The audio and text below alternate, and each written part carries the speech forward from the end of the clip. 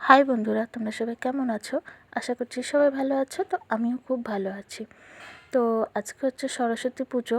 তো সরস্বতী পুজোর অনেক অনেক শুভেচ্ছা তোমাদেরকে। সবাই খুব আনন্দ করো। তো এই দেখো, আমাদের বাড়িতেও সরস্বতী পুজো। তো এখানে সব কিছু গোছগাছ কমপ্লিট। তো ঠাকুরও চলে এসেছে। তো দেখো ঠাকুরটা কত সুন্দর হয়েছে, খুব সুন্দর দেখতে হয়েছে। তো আমাদের সব কিছু গোছানো কমপ্লিট। এবার পুজোয় বসবে। তো আমরা সবাই এখানে বসেছিলাম ঠাকুর ঘরে। তো এই যে পুজোয় বসে গেছে। তো এখন হচ্ছে পুজো। তো এটা হচ্ছে আমার একটা কাকু। তো কাকুই পুজো করছে। তো আর একটা কাকু পুজো করে। তো সে এবার আর পারেনি করতে, সেই জন্য এই কাকুটা পুজো করছে। তো এবারে হচ্ছে আরতি।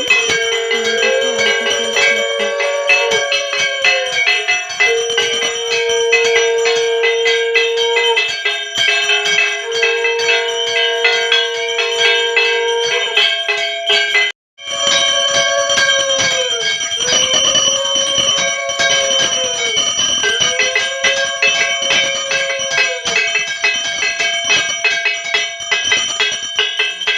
তো যাই হোক, দেখো আরতি টারতি কমপ্লিট হয়ে গেছে। এবারে সবাই অঞ্জলি দেওয়ার জন্য বসে রয়েছে। এই যে আমার মেয়ে দেখো শাড়ি পরেছে।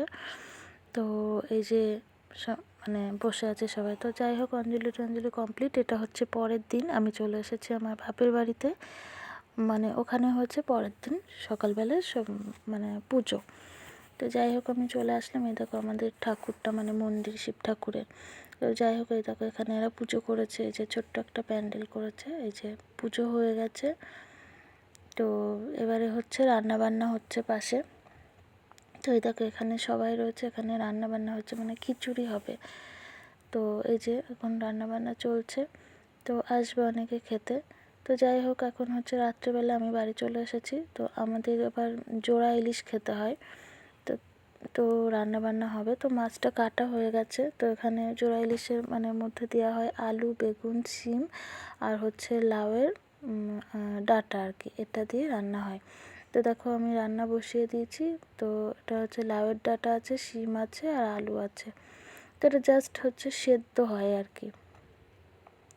তো মানে এর মধ্যে কোনো আর কি মশলা টশলা ফোড়ন টোড়ন কিছুই যাবে না। তো মাছটাতে একটুখানি নুন মাখিয়ে নিলাম আর নুন দিয়ে দিলাম। তো এই যে এখানে চিড়ে রেখেছি কাঁচা লঙ্কা। তো একটু লঙ্কাটা একটু বেশি দিলাম, যেহেতু মানে সিদ্ধ টাইপের রান্না হবে তাই। তো বেগুনটাকে দিয়ে দিলাম। আমাদের এই নিয়মটা আছে। আর কার কার আছে অবশ্যই জানিও, মানে জোড়া ইলিশ খাওয়ার। তো এই যে ঝোলটা মানে সবজিগুলো সব কিছু সেদ্ধ হয়ে গেছে। এবারে মাছগুলো দিয়ে দেবো আর কি। তো যাই হোক, এখানে দেখো মাছগুলো দিয়ে দিয়েছি। তো আমার রান্না হয়ে গেছে। উপর থেকে একটু নামানোর আগে দিয়ে দিলাম একটু সরষের তেল। তো যাই হোক, ভিডিওটা আজকের মতো এই পর্যন্ত। ভালো লাগলে লাইক কমেন্ট শেয়ার করে দিও। আবার আসবো নতুন কোনো ভিডিও নিয়ে। ততক্ষণে খুব ভালো থেকো, সুস্থ থেকো।